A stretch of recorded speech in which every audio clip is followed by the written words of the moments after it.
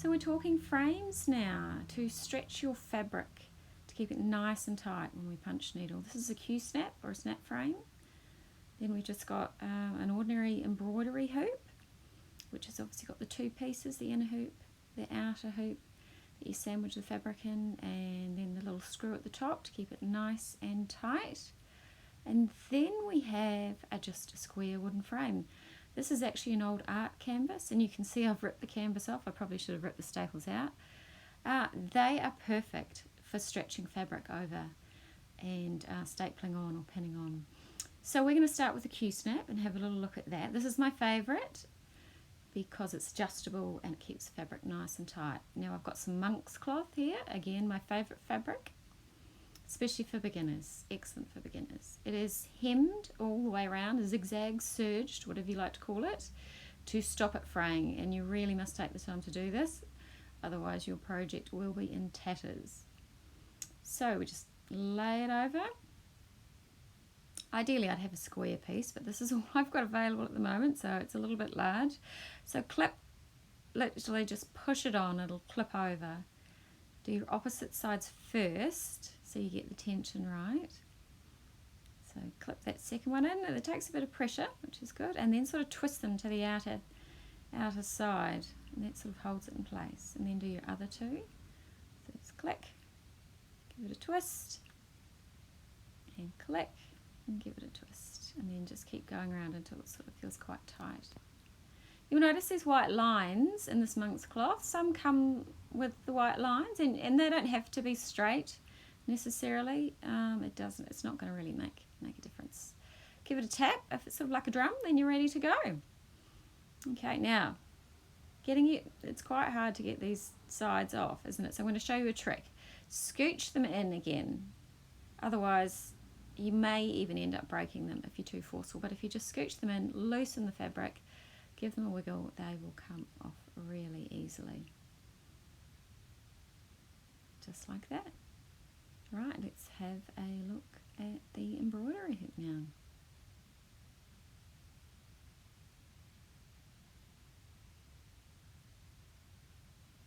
Okay. Embroidery hoops come in lots of different styles. You will get some really thin ones, which probably aren't ideal. A nice sturdy wooden one is ideal to keep your fabric tight. So just remove the inner hoop, place your fabric over. Again, a nice square piece would have done well, but we're filming in COVID and this is all we have, so we're making do. You can already see that I've used the material previously and unstitched something. Okay, so you might need to keep loosening the bolt until you can slot it over, and then you're going to want to make that inner hoop flush with the outer hoop, and then start tightening some more. And then you're just going to go around the edge, just sort of keep pulling it out just to even it out and make sure it is nice and tight the whole way around. It's worth taking the time to do this. It's really going to help with your punching if your fabric's nice and tight. And then just keep tightening the screw again. Just keep until it just feels really nice and tight.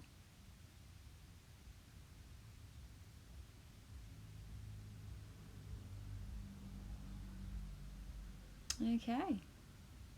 You can see the bit where I've unpicked before, but we'll go into that later.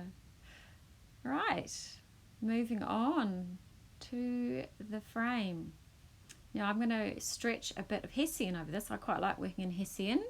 When you've had a lot of practice with the monk's cloth, then you can definitely move on to Hessian, which is great because it's a lot more economical. And we're going to stretch it over this frame. It's not as stretchy as monk's cloth, so you just need to be a little bit more careful with it. It hasn't got that give that monk's cloth has. So this is hemmed again. I always try and hem everything again. Could have been square to make life easier, but this will give you an idea. I'm doing the shorter sides first to make sure it's going to fit. So you're just going to fold it over, grab your staple gun, or if you don't have a staple gun, if you've got some tacks, drawing pins, anything really that's going to hold it firmly in place. So I usually put 2 or 3 staples in one edge, before flipping it around and putting 2 or 3 on the other side, just to make sure it's in place before you add a lot more staples. So put one there.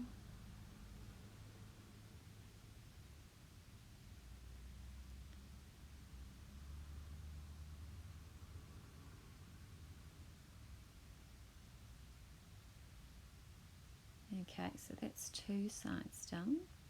And then we'll flip it around, look at the other side. Might actually just add a couple more staples there, just to make life easier.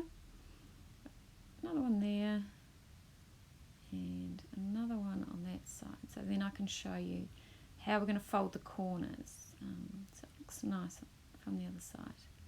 Bit of brute force sometimes required. My fabric's a bit long here, so I'm just actually going to fold it over.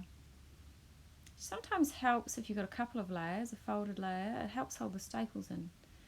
Sometimes a bit more. So I'm just going to fold that, line it up, pop in a couple more staples. Again, take your time doing this. I'm rushing this a bit so that you don't get bored watching it, but really take your time to do it because it really does help your finished project in the long run. Now have a bit of fiddle. It's like sort of wrapping a birthday present. You have a bit of fiddle to see what works best for you. But you're wanting to make sure that that corner is nice and neat. So just sort of fold and play. You might end up cutting, once you've stapled, just cutting the excess fabric away so it doesn't get in your way when you're punching. So I'll just show you this one corner. So basically just do all 4 corners the same and then go back and then add even more staples. But you can see how you're going to get a nice finish once you've done the whole lot. And the great thing about a frame is that you can punch into it right up to the edge of that frame, and then when you're done you literally hang it on the wall, so it's finished all in one. So I'm a big fan of those. But we're going to start with the Q-snap to have a bit of a practice first. So I'm going to prepare that and then I'll see you soon.